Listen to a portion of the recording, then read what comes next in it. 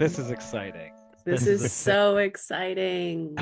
episode 6, the Trevor-Sode.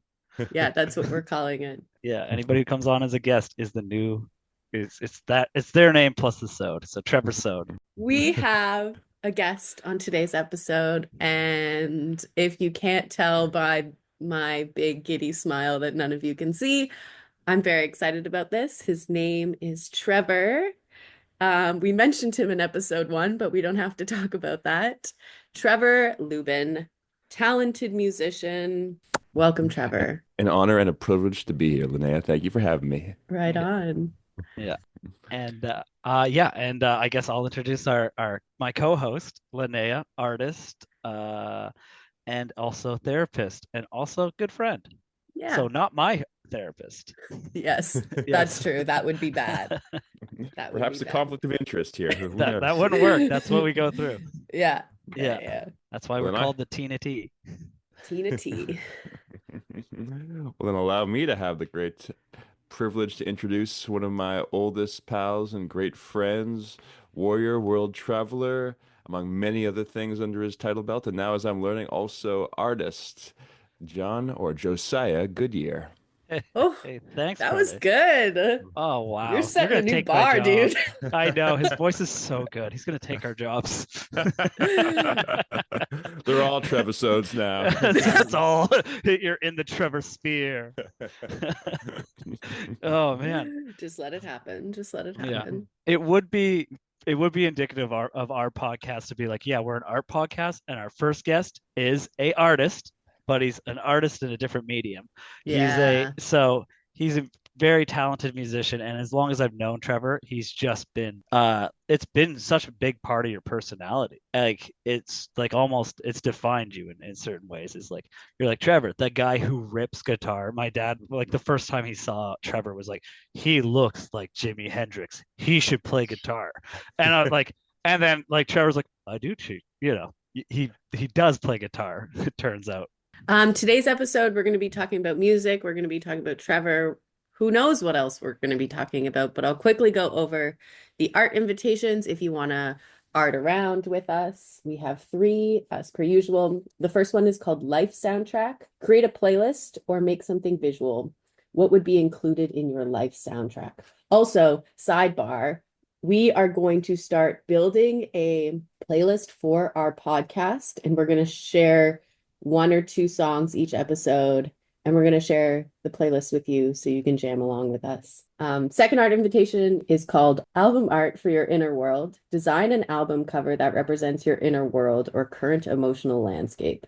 And the last one is a music memory collage, or just some art if you're less collagey. Think of a memory tied to a specific song. Create a visual piece that expresses that moment, what you saw, felt, and smelt, etc. John made some really cool art that he has shared with me beforehand, so I can share that. Big reveal. Trevor hasn't seen this yet. John, do you feel cool talking about Oh, your absolutely. Yeah. beautiful work of art? Hey! Oh, that's the noise I wanted to hear. Perfect. Yeah. It's a screenshot from basically one of your many Instagram posts about with you playing music.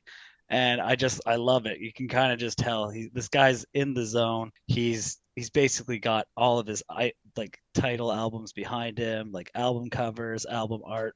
So basically, like it's a little bit more meta to throw in. This is the new album art with on top of it. Oh, Yeah. So with all of his guys, I guess he's got, what was it, Live Blues and the Tooth and Nail. I guess you got all Tooth kinds and of Nail's a stuff. bar in Ottawa. Isn't Yeah, it? I was Yeah, gonna say I was so impressed with your verisimilitude here. Like you actually captured the posters in my basement, among other things. Though I do not usually sit on a soapbox, but I love that addition, among other things. I didn't know what to do with your legs. There was no picture, so I just put soapbox because soapbox was cool. I didn't know what to do with your legs. I did. I'm just gonna make this happen. If your legs aren't in the picture, that's up for fair game. Yeah. Cool. Yeah. Right on. I love it. Yeah. Oh man, you even got my old high school T-shirt. Okay, I actually I would love to use this at some point, John, just for my own edification later on in life, if nothing else. That's Oh, awesome. hell yeah. Feel Oh, free, I man. love it. I'll send it to you in the mail. Aw, I'd like Yeah. the original? Yeah. Oh, Oh, cool. absolutely. Yeah, yeah. If you Ooh, come on here, I'll draw you. there we go. I'll frickin' draw you. I would love for that to be a thing. Sure. If we got a guest and they're cool with it and you're hearing this and you want to come on, I'll draw you. Send me a pic. John does Oh. great nude still lifes, may I say as well, folks? Just putting it out there. It's just great at making stick figure art. Also, Trevor, we started this new thing. I don't know if I talked about this last episode, but John recently listened to it, so he would know. Everyone who comes on the podcast is going to get a friendship bracelet, and they look like this black, white, and gold one here. So, Trevor, you'll get one in the mail. John will get one in the mail as well. Yeah. Okay, awesome. I'm getting gift bags among other Exactly. things here. Yeah. We're bribing our guests. Makes them feel special, I think, is the term. Yeah. Yeah. I think so.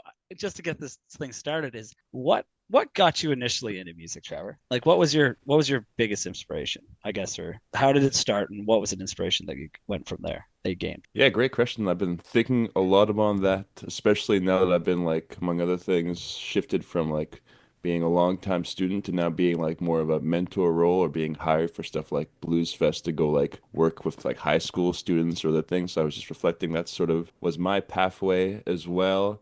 That sort of classic thing of like you don't really recognize the inherent sort of, well, I shouldn't say it like that. I always loved music as a kid, but like a lot of what I was playing at the time, so a lot of like video game music just from games I loved, or maybe from like movies I was watching, or the occasional, and now we're really gonna date ourselves, like burnt CD that I got from friends about Oh all like the yeah. coolest Yeah. songs. Downloaded Yeah. probably illegally, but I'm not gonna go into that. That was the age of Napster after all. We all ruined our parents' computers. Rip. Yeah.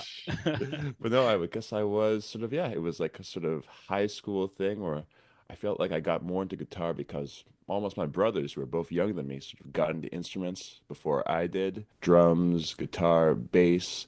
A lot of friends were all into it, so it almost seemed like the social path there. And I still remember perhaps one of my grand eureka moments was in the high school cafeteria, and my old friend, I want to say Junior Levesque from high Oh school. yeah. Yeah, you remember him, John. Yeah. He gave me just handed me some like earbuds. I put them in. I believe the first song I had heard that, among other things, got me into heavy metal.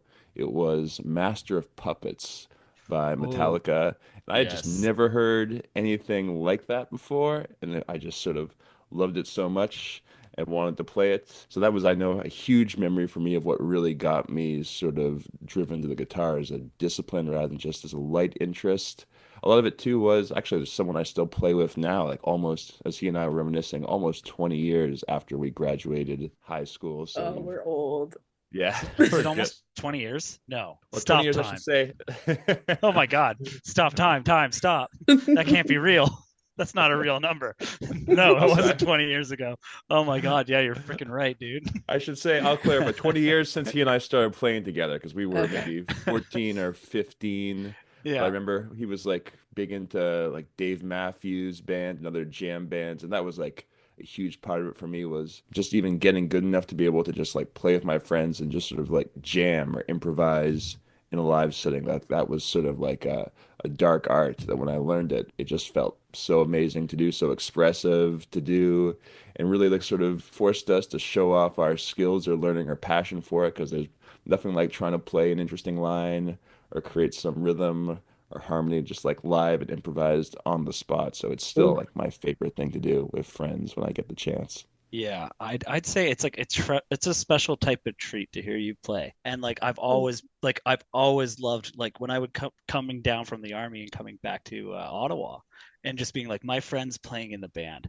And it wasn't just like you weren't just like a side guy. You were like the main guy. When you're on stage, you're just kicking it and people just it's got to be a special feeling when you are producing an art and you're getting immediate feedback on like, dude, you are Yeah. fucking killing it right now. And I think I just was like to watch a whole crowd sway and like me kind of hanging in the back rafters being like, my boy's doing that right now. He's I know making him. this everybody, yeah, he's got everybody in this hypnotic rhythm, and it's special, you know, like to see where you've gone from like just playing like in little church basements to like I know you went over to the UK, and I'd love to hear about like just some more in depth on your UK tours and stuff like that. Yeah, no, first of all, I love what you said too. I mean, a point that I sort of didn't immediately come to mind, but of course, like I get, the immediate feedback of playing live as compared to, say, a recording artist who has to sometimes sit on like a single for years, all the pre-production, all the marketing, or of course, what you guys do, there's that sort of longer latency divide between like creating some great image or portrait or painting and then getting critics back or seeing sort of how people consume it, whether in a gallery space or whether just now these days, like on their Yeah. phones or on their computer screens. But sorry, so getting back to the UK, among other When things. was this? This must have been right before the pandemic, I want to say 2018 or 2019. A local Ottawa group, Jessica Pearson and the East Wind, shout out to them. Great country folk singers and songwriters, among other things. But they asked me to sort of join them on their UK tour through, I guess it was England and Ireland for about, I guess it was a 3.5 week tour, but the first like week and a half, I want to say, was in the East Coast. And then we flew to the UK to sort of finish it off. So it was like my first time traveling internationally since I was like 3 years old, going to my family's homeland of St. Lucia. So it was like just the total dream in a sense of music, of like being able to go on tour, have everything, sort of paid for, and essentially get like, recruited to go on a musical adventure, not only of playing to like different audiences, but also to like experience, well, I should say, not as foreign as some cultures, not that different from my upbringing, but still like such a beautiful experience to sort of meet people in a new country and especially to like see them at their best when they're really in love with some of the music we're playing. I mean, it was a pleasure to be part of that group because they were just so good and so infectious and so groovy. And they sang so well that people, even me by proxy, I got to touch a little bit of that prestige, even not being quite as Ooh, impressive a singer. Yeah. yeah. Oh my God, what are you talking about? Listen to your voice. Don't He's talk about lying, yourself. everyone. Yeah, Yeah. don't talk about yourself that way. If somebody else talked to you like that, I would punch them. Hold You my have a wicked watch, eh, voice. John? Oh man, that's a bad one, but kind Yeah. of funny. So back in the day, Trevor would come up, and every once in a while, things would go crazy, and I would just basically be like, I'd never want to see Trevor get hurt or in any sort of fight or altercation. So I would also basically be like, Hey, Trevor, I have this really expensive watch. I need you to hold it. It's like whatever happens, this watch can't get damaged. Just you focus on the watch, and I'll go do whatever we got to do. Hold my Hold watch. my watch. Classic line amongst us two. Oh my gosh, I love that line. Yeah. So, but no, I think getting to see you move guys in barracks, guys who never really, get to feel that kind of emotions of just basically being like enthused or really try and show. It's like back in the barracks is like it's like it was kind of like frowned upon to be like showing off, like, oh man, I really dig this. Like it's kind of saw as dorky, but like Trevor would just bring a guitar or somebody would have a guitar and he could just rip and people would just come down the hallway and be like, what is going on? So yeah, just nice. It's just cool to see. So I, I still feel that was like for me such a looking back, especially such like a privileged bit of perspective that I got like just going to like essentially live on base with you for like the weekends, just like taking some time off for us to hang out, no roommate being there and just being able to like hang with the guys on barracks as you guys did your like daily regimes or as you say, me playing guitar, me talking to this whole other world of like interesting and cool people. Was so glad among other things for that insight.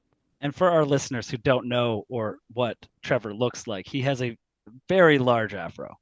And back in the day, like it was very men were very tightly groomed in the army, and so guys didn't have beards, dudes did not have hair like that. Everybody had a buzz cut, so he just stuck out, being a Yeah. 6 foot what 6'5". 6'4", but I appreciate you Yeah, rounding six. Yeah, up. so there you go. 6'4" black man with a giant afro walking on a base where everybody is like Not that. not that at all.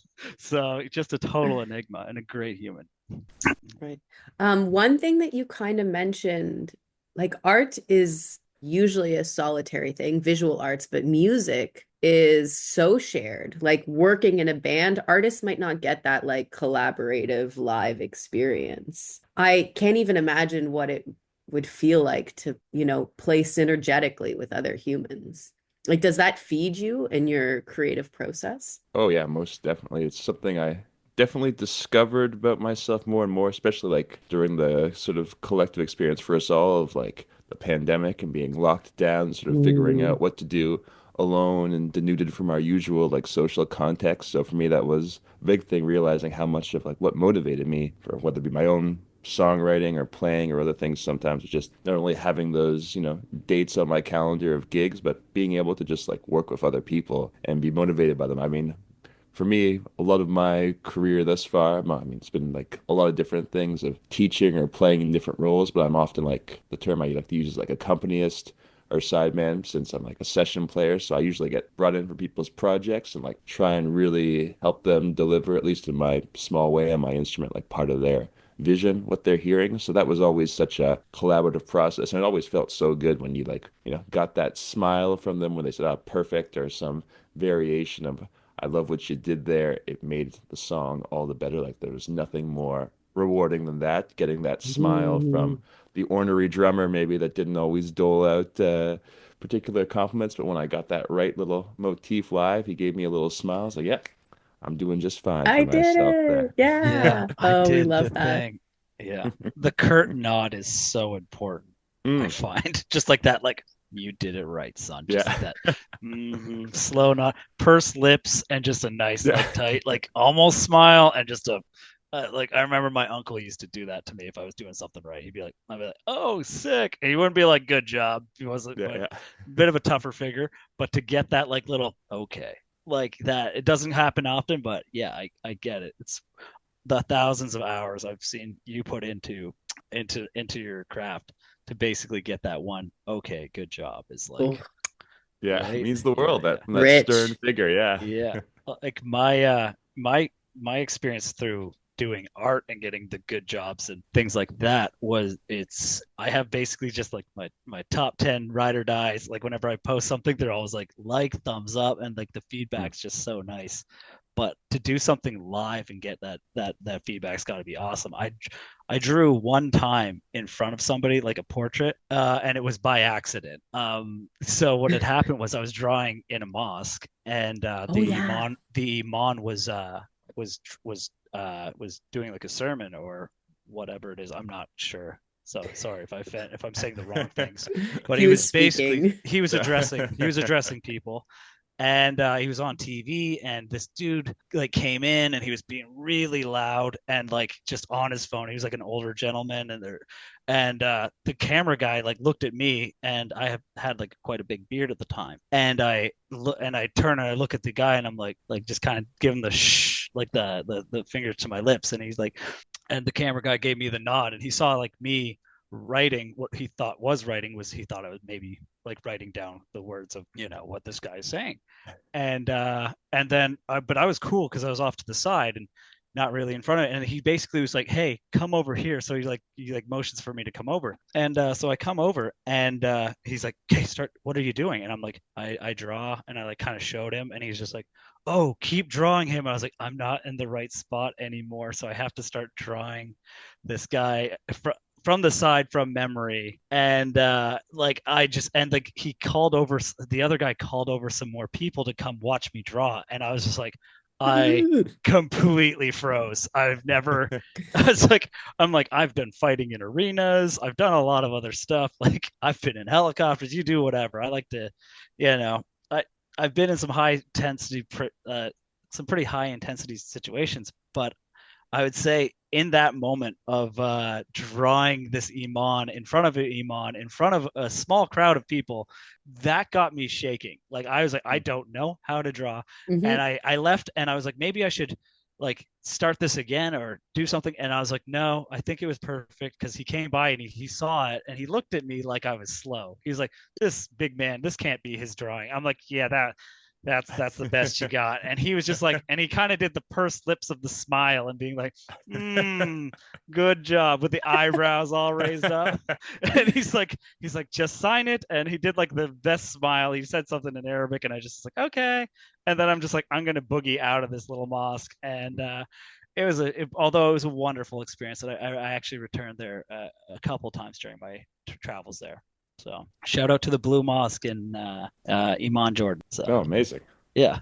Trevor, what are you working on these days? You had a show on Friday, which sounded really cool. What else are you Yeah, that doing? that was for me like a great little called the Afro Jazz Series concert, which was like such a treat for me because I got to play with some of like probably the best collection of musicians, or definitely up there for me in my career. So that's for me like often the big draw, especially now that I've been doing this for as long as I have. Like I'm sure you guys know and you as well for your various stuff. Like no matter how great sometimes, whatever one industry or practice is, it can get staler as you get older and go through phases. You sort of want to shift up what you want in your career. So the Hmm. big thing for me is like wanting more and more to not just have like volume of playing a lot, but like is playing with the right people, among other things, and sort of doing those really meaningful projects. So that was a big one for me because it was sort of much more, again, about improvisation in the moment. I mean, it was one of those things where maybe some people would be surprised, sort of as like non-professionals on the scene, just assuming how we might actually rehearse, but like a lot of it is,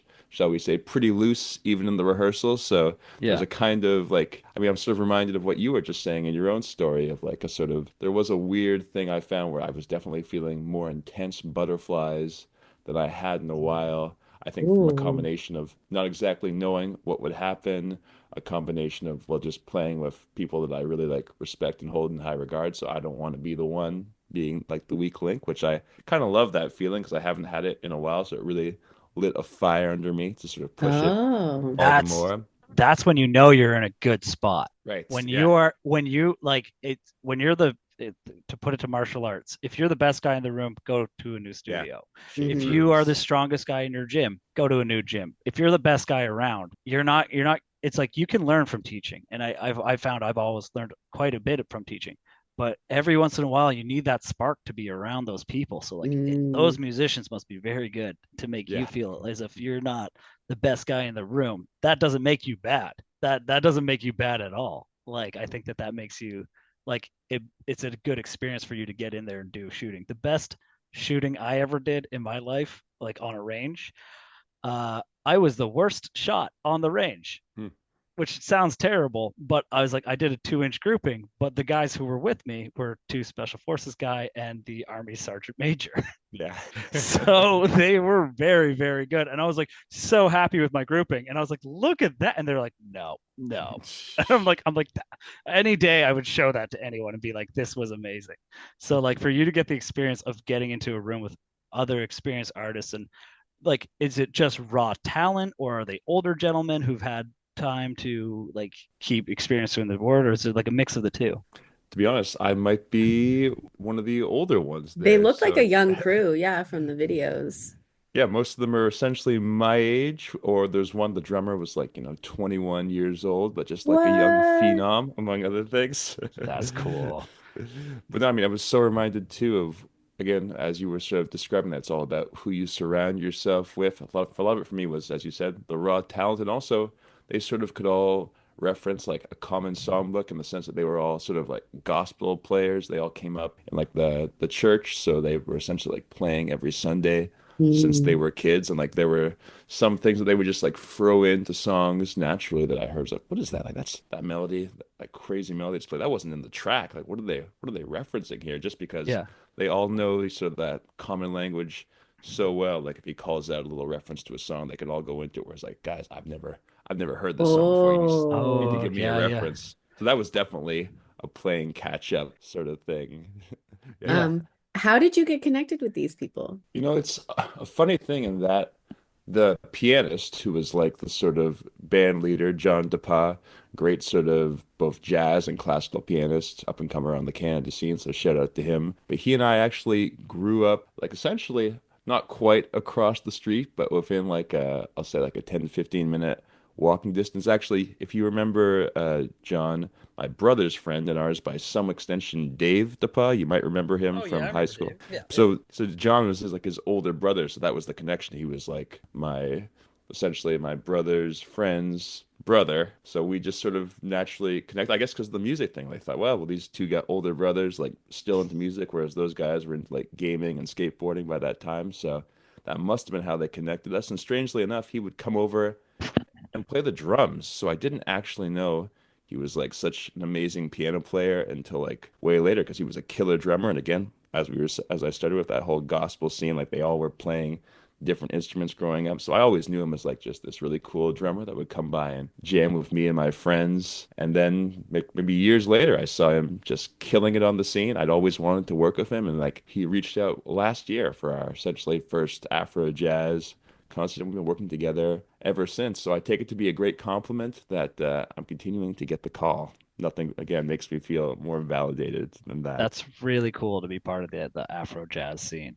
And like, it's when's the next one going to be going? It's probably going to be, it seems to be like a yearly thing for us. And then we're also Okay. hearing, again, light interest from like even a few institutions in Mexico. So we might like, even bring the act sort of south for next year, but that's still in the works. But if Ooh. not, then we're just going to continue to grow this thing because I felt like we about doubled the audience from last time. So that's been like super cool. I've also found a few like bosom buddies in the sense of like just fellow musicians on the scene, drummer and pianist that I've been working a lot with, guys that I just really vibe with and respect musically. So I've really found like I found my people, even to the point where, again, talking about what you were referencing, John, of like that you've been in so many like sort of high stress situations, and yet when you're doing this new thing, it's like nerve-wracking. That's definitely the thing for me, and that I'm finally feeling like I need to go from, that purely sideman or company's thing to sort of keep putting out my own music and not just like my Mhm. instrumental stuff, because that's always been easy to compose for me, but like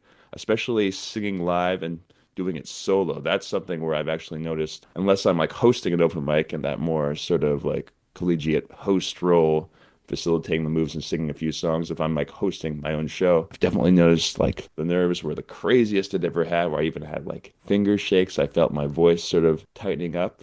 And of course, I'd done all this stuff before, but something about just not having that dilution of attention across a full band, just me by myself. Like that's it feels like definitely a skill set that I can do public speaking and other things, but something about doing it like that and sharing that very like personal Yeah, brand, that something you can't really hide. vulnerability. Yeah. Vulnerability. Yeah, I'm sure. That would be I'm sure that scary. how you guys must feel too, is like solo artists and just waiting to put it out in the world and then waiting for reactions. That was very much how I felt of that nerve-wracking thing of a brand new role to show off the world.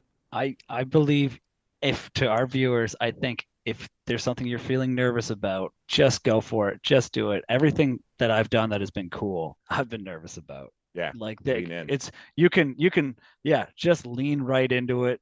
Do it, go through it. It might turn out like crap, it might turn out amazing, but trust me, it's gonna be a cool story either way. So just freaking go for it. And like to be able to get over the nerves and start up something like a podcast or like the way that we've been doing, I think that it's a wonderful experience and you only get better from it.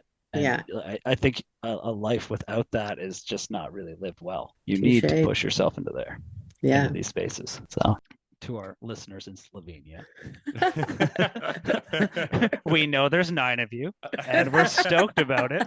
And I think Linnea actually, what was it? Or Ahoy. I ahoy. I could be pronouncing it wrong because I don't It, speak the it was language. ahoy, Ahoy, ahoy, comrade. Ooh, ahoy, Very similar comrade to Russian. from the Hmm. Tina nice. T to you guys. Yeah. Yeah. Shout out to So, Slovenia. Nice. You guys are hella international then. oh, I know, right? We're only 5 episodes deep, and we got Slovenia on the map. I'm stoked for it, man. Like, yeah, we're getting across those international waters. So it Trevor, seems do you want cool. to speak more to your creative process? You were talking about songwriting. How do you write a song? Does it come to you? Do you have to sit down and be like, I'm going to write a song? Or a secret third thing? Yeah, so because for me, it's sort of multiple pathways, as you say. The best for me, or the funnest that usually happens, is like you're just going about your day and something emerges from the depths of your consciousness, some little melody or tidbit that you have to get out. Of course, sometimes it is like you very intentionally sit down and try for it. But yeah, the best for me is always something is summoned up. But usually it's just like quite a small chunk. So for me, like the discipline comes in of like taking that pearl and sitting down and essentially using my compositional and arrangement skills to like actually write something around it to extend it. So usually like the idea that starts there is strong, but it can take me weeks to sometimes like revise or second guess things, sort of experiment with it. of course, even like being in the room with the musicians is like a whole other editing process. On top of that, when you bring other minds into it, you have an idea of it and you want to improve it. So you can't be both too married to how it is at the moment, because of course, otherwise you're just being inflexible in your initial idea, but you also want to protect its integrity. Actually, I was sort of thinking about this before I'd come on about my own sort of history and that stuff, because again, just to reference the pandemic, the great traumatic event for us all, but I remember I got contacted by another great local Ontario artist, Craig Cardiff, and he was sort of No starting up. way. Oh, you know Craig. Nice. Oh, that's so rad. I met him in Toronto once, but anyways. Yeah, an amazing like sweetheart of a guy, and he was like also really like smart entrepreneur, so he really sort of made the best of that situation, that he started like a company and started hiring either musicians or administrators to essentially like do a lot of remote lessons or work with a lot of like high schools, whether it be like beaming in just to like teach them about the audio process or like helping them songwrite. So I essentially got to do my role. I almost think of it to reference like factory farming or something else, like factory composing in a sense, where he essentially by the end of it had me sort of like composing essentially like kids songs for like various albums and stuff going out, which was like such a great learning experience for me, because essentially from end to end I was given like the idea or the germ of the song from generated from, let's say, a bunch of the students just brainstorming, and I would essentially have an hour to go from being given that song to essentially, or be given that like bare bones idea of maybe a few lines or what they're thinking, and then I would have to essentially like write a song out of it and record it within the hour. So I'd have to like write a bunch of lyrics for it, record all the instruments or program them in, essentially arrange everything around, add my overdubs, overlays, etc., and pump it out as a finished product within essentially an hour. So I would do that every day of the week for hours at a time. So I really got to figured out like a workflow, a streamlining, and just having that sort of constraint. And of course, also not doing it under your own name, because I'm sure it's the same of you guys in the art world. If you're working for somebody else on the deadline, you can sort of have a certain distance from it. Maybe easier to push that out and share it with the world than if you're Yeah. trying to sort of push out your great artistic vision. So I just wrote so many songs in such a short amount of time, and I felt it was like just such a great like learning opportunity that I wouldn't necessarily have done nearly as intensely just under my own self-motivation. But just getting paid to do that professionally was like, yeah, such a great sort of practice ground for later, and really improved me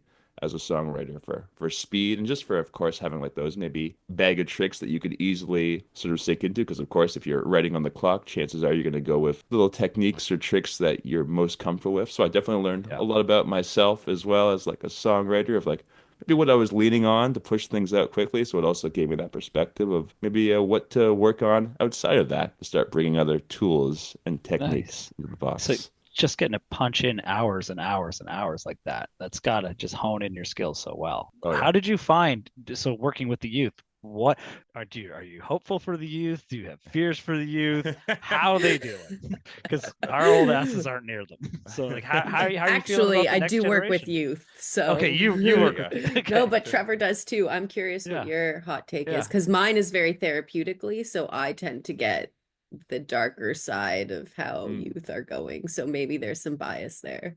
Right, no, fair, because yeah, mine is much more of like just I teach essentially all form of non-bowed string instruments, as I try and clarify now, though I'm still sure I've failed to mention a few things there. But yeah, mine is much more like in person, one-on-one, and I'm sort of like in my for my own business, just sort of get hired privately. So they're very much like just people that have the disposable income to like usually send either their kids as often thing, teens and other things, or even kids as young as 4. So I've Wow. definitely noticed some changes over the course of my career. Again, hard to generalize it from that small sample, but definitely noticed that maybe it feels almost like, because there's just so many ways to entertain ourselves, it can be tough sometimes to get kids to really put in the time or effort. So there's a lot more, it feels like, now than there was later. Maybe me really prizing those students that really sort of put like even the hours of practice in a week. I really appreciate that, because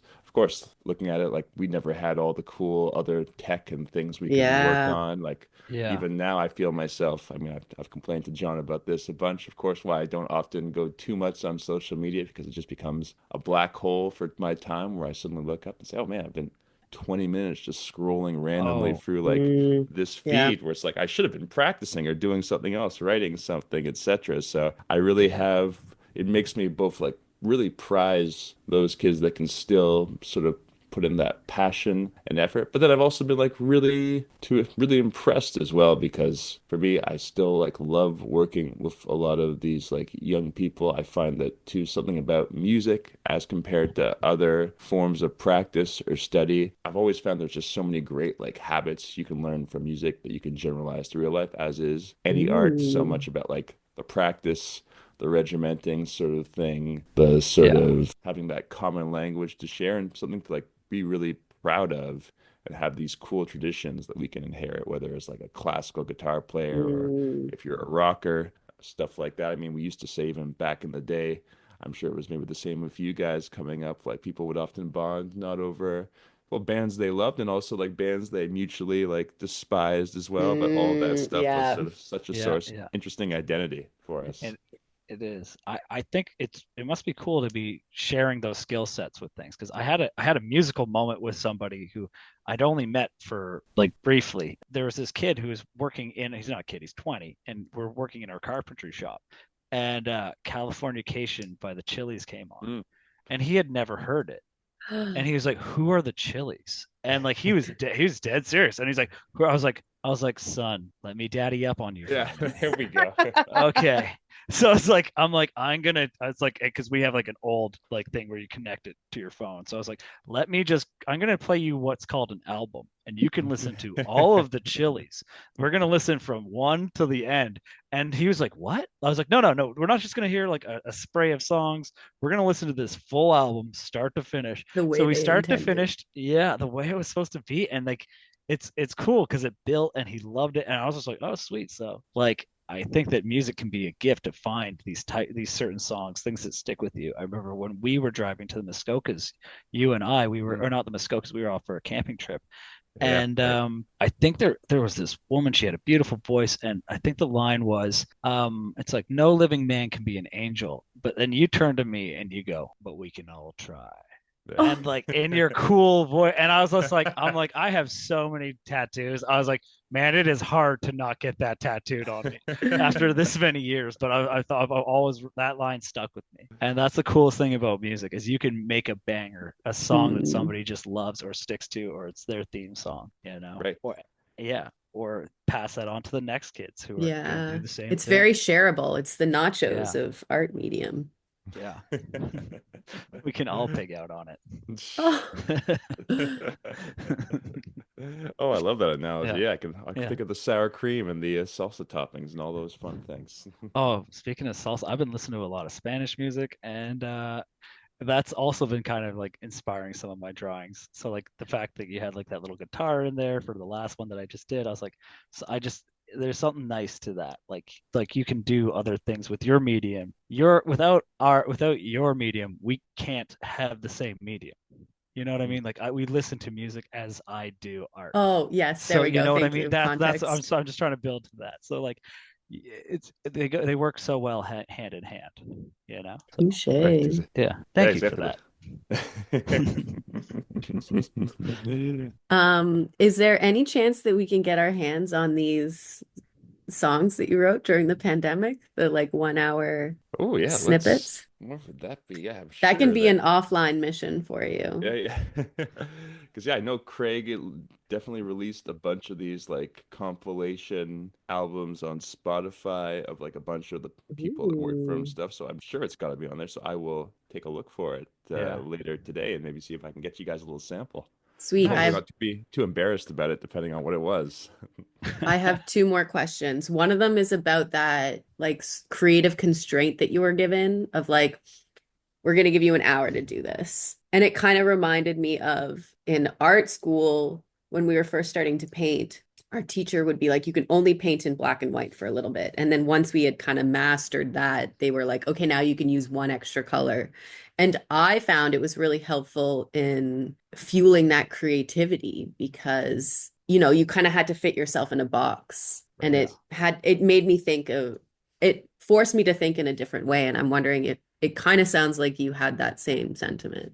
Yeah, no, exactly. I've always found for me too, like the greatest, the most generative like exercise or practices, as you say, like sort of forcing yourself to adhere to some style that you knew well. So for me, a big part of like that process was even like picking, let's say, like the genre, let's say, whether it was going to be, or whether often the kids would provide that, whether it was going to be like a country song versus a heavy metal song versus a folk song. So even already that sort of would constrain things of what I would choose to use or certain effects or even like certain instrument choices. So yeah, I guess that's a great way to think of it, that because again, talking about that sort of like familiar bag of tricks that I'd like to dip Mm. into, that was sort of really forced me to both like leverage my knowledge of a particular style so that I wouldn't sort of go outside it, because I love a lot of these modern like sort of fusion or like genre bending styles. You hear like all these really, now in the music industry, all these really hyper specific like niche names of Oh, like, yeah.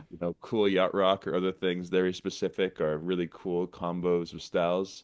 So what I really liked about this was like essentially being forced to do something in the style of, say, like Hank Williams. So I'd maybe even listen to a bunch of tracks for reference and sort of take that as inspiration. So it was a great way for me to sort of have this really pointless means of just learning from some of the greats. Or for me, like I grew up listening to a lot of blues, whether Muddy Waters or Howling Wolf. So it was great to find a song that was appropriate to write as a little sort of blues rhyming couplet and just leverage all of that knowledge. And in this case, for instance, like I'm a big fan of jazz as well, so maybe those times where it's appropriate to use the weird bebop notes of a particular scale versus sticking to pentatonic scale for blues, just all those little things would help me really focus on parts of my technique that were great and flash if I only had to play for like, maybe 10 seconds in a song, a little quote in a solo, but having to do something for like 4 minutes consistently and keep it interesting, I would have to keep digging deeper, or just even having to sort of practice more, because that was the other great thing about recording and being a perfectionist on my end. I would never want even what I perceive to be like a small error or even just like a little audio artifact of what happened on the guitar.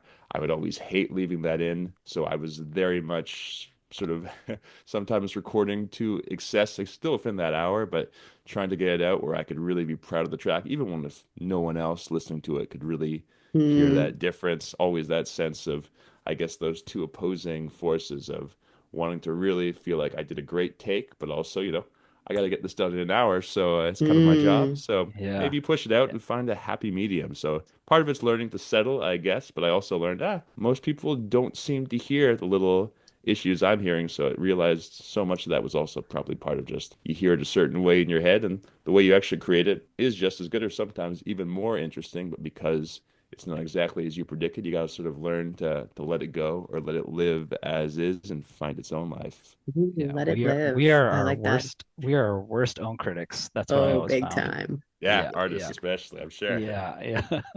Exactly. I So what know I was am it. your booster, John. I'm your booster. I love your art right now. It's one of my Aw. favorite Oh, things. thank Oh, you. Yeah. No, I love making it. It's such a nice way to get out these little outlets of frustrations or whatever or whatnot, or just basically just be playing creative. And I like to surprise myself and see these things come out of my hands because I've always had like stuff in my head that I wanted to make, but was always too shy or to come out of my shell and actually start making it. And once I started, I'm like, I'm not going back. I'm gonna keep doing stuff. Yeah. And I gotta Yeah. thank you too, Linnea, because you might have been the first person that ever got me as an adult who graduated high school to do like an art project. I still remember that I Christmas thing you were I running. have it. Yeah. I still have that thing you made. Weren't we making Oh, dream nice. journals?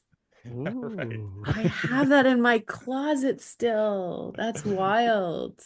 And I've still got it was like a cookie cutter style man thing where you had us draw in this class all different characters on like this, I guess like this gingerbread man style, like paper cutout. I still have that hanging in my sort of sitting room comes out for Christmas. So thank you for being the reason for me making that. Awesome. I'm glad you Beautiful. shared that. I totally forgot about that and still don't totally remember, but I believe you when you say these things. uh, I swear I'm not Oh, lying for the class. I think I remember. Was this at Prest? Yeah, it was Yeah, the okay. press stuff. Yeah. hmm Oh, that was pre-pandemic. No Okay. wonder. Everything before that in my brain has disappeared. yeah. Oh, mine too. Trevor, do you have any like words of wisdom for anyone who's curious about getting into music who might be still in their shell, as John would say?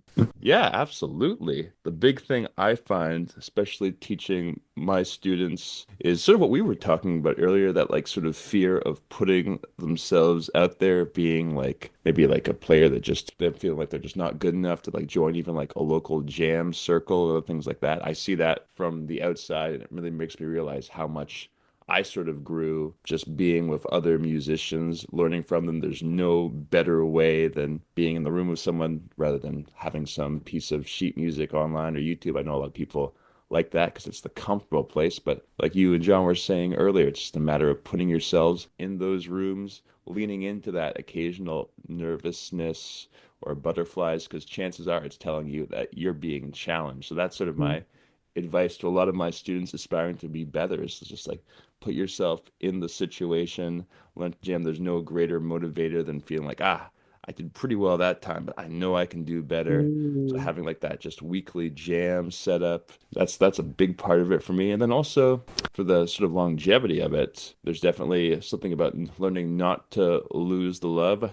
So one thing I sort of tell a lot of my friends and students, I've had the like really privilege of teaching a lot of really talented teenagers that eventually even some of them went into the industry themselves, which was like such a proud moment for me to see. But I also tell folks, you don't, it's not an either or thing. That's the great thing about as I've gotten older, just playing with a lot of people on the scene. A lot of people have totally different day jobs, among other things, and yet they are still sort of living the best of both worlds.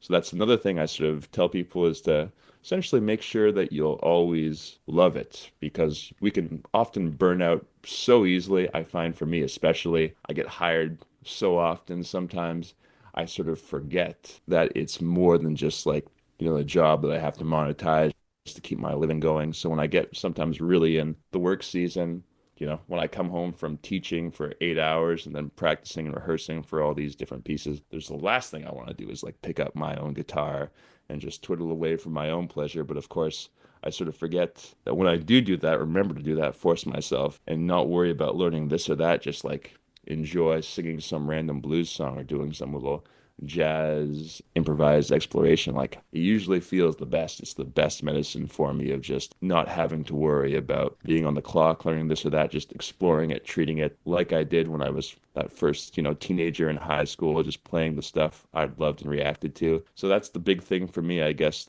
to try to apply in my own life is like learn to keep the love because if you're miserable in the short term, chances are it's only going to be harder to keep those positive associations. So don't forget there's a reason you got into it. Always try and reconnect with that because that's what I think really keeps you sort of sane in this industry and in it for the long haul. Nice. Word, yeah. Yeah, I like that. That's I like wonderful. that music is medicine because I Mm. think, and whether you're a musician playing an instrument or just someone who really enjoys music, I think that is such a big connector for so many people. And it's so beautiful. Yeah. So Yeah. beautiful. And as I'm learning again, as is, the great crafting and arts, I've definitely been trying to get into more even like the basics of like practicals of like sewing or maybe some knitting, or maybe I got to come back for another craft night, among other things. Yeah, I love that. I'm always down to craft. Yeah. Nice. Craft or drawing sessions, they're always down. So we can do a Yeah. Zoom one offline and just go. Just Oh, do there we something if go. you want. You want to do a project. Yeah, I would love Yeah. that. No, that'd be perfect. No doubt. Very cool. Yeah. Wait, did we say what was our song was? No, I was just Oh, thinking we should do that. Mm. my song was "Did I Tell You That I Miss You?" And yeah, it's just that I can't remember what the artist's name is, but it was Oh, I have basically it my on theme my song. computer. Oh, Oh, do perfect. I? If I go backwards on the YouTube. Oh, please don't automatically play. It was gonna automatically play. That's Adore. okay. Adore. There we go. Did I Super tell you cute I video too. Yeah. Trevor, do you have You a guys, song you want to add? absolutely. One that I really reacted to strongly, but I got a little teared up, though I can't necessarily say why, but just the timbre of the voice is a song by the Wood Brothers called Postcards from Hell. I've been really enjoying that one recently. Okay, Oh, definitely gonna look into that. if we're doing cry ones, Tracy Chapman, Oh, Fast Car. Oh my Oh, yeah. God. cha. God. Yeah. You want to just cry? Let's go. It hits home so hard for some reason. It's just every time. I definitely have a Actually, playlist that I've made that I listen to if I need a good cry. Nice. Give us a cry song. My song that I was gonna add is not a cry song. It's more of a happy song. And it's the one I made art about. And we didn't really talk about it, but that's fine because we just got into it right away. The song's called Carry It Away by Passion Pit. I think I've seen them twice now, once at Blues Fest. And it's just such a happy song. And it's kind of just about getting carried away. And as someone who does get carried away with things, of like this small seed will get planted and then I'll make it my whole personality for a bit until I get bored with it. So I have a tendency of getting carried away. So I made some art about getting carried away, and it's a collage with some words on it, nice. and we'll show a picture of it online. But I made this little air balloon that has a paper Nice. clip, and we can put it on the art and it can move around and just hang out on different parts of the art Oh, depending I on love what the that. vibe is. Awesome. And Interactive art. yeah, so So I really sick. like that. So Nice. yeah. And I was listening to Carried Away on repeat as I was making it, and that was really fun. Perfect. Yeah. Sweet. Do you ever do that like that? Sorry, this may be off topic. Do you ever do that like painting with slash music night thing? I know that's gotten more and more popular in our local city here. Do you ever try some of those style activities? I have not. I tend to shy away from paint nights just because I don't always like to be told exactly what to make.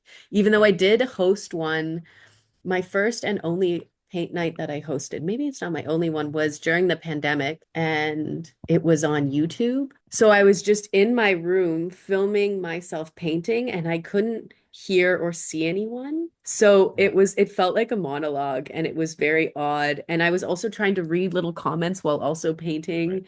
And I'm not a great reader, especially if I get stressed or anxious. So I was reading things wrong and it was all live and it was very embarrassing. But we painted sunflowers Nice. Nice. and it was just a nice way to connect people. And it was a fundraiser for YouthNet, I think. Beauty.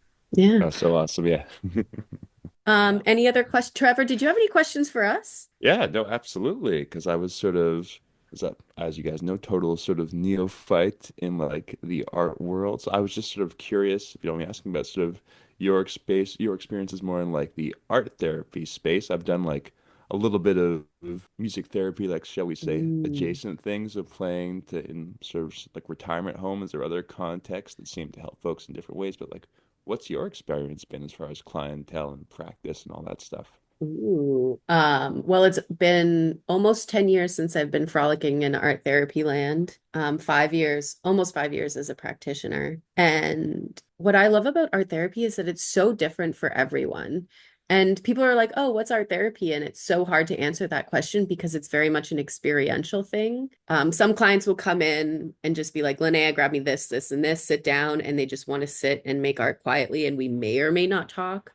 They may or may not want to share about their art. And then some clients will just come in and just talk the whole time. And then I might be like, oh, do you want to make some art about that? And sometimes I have a few clients who just don't want to make art, and that's totally okay. Because again, it's the art of conversation. So it's so different for everyone. And I absolutely love it. I love seeing people grow. There are times when I leave my job with, I call it job euphoria, where I'm just like, I love this. And yeah, it's just connecting with people. And I'm not really a people person. I consider myself more of an introvert. So to have these really meaningful connections with people that they like seek out. They like pay me to listen and talk to them, which is so strange if I really think about it. But yeah, it's really cool to have found my calling through that.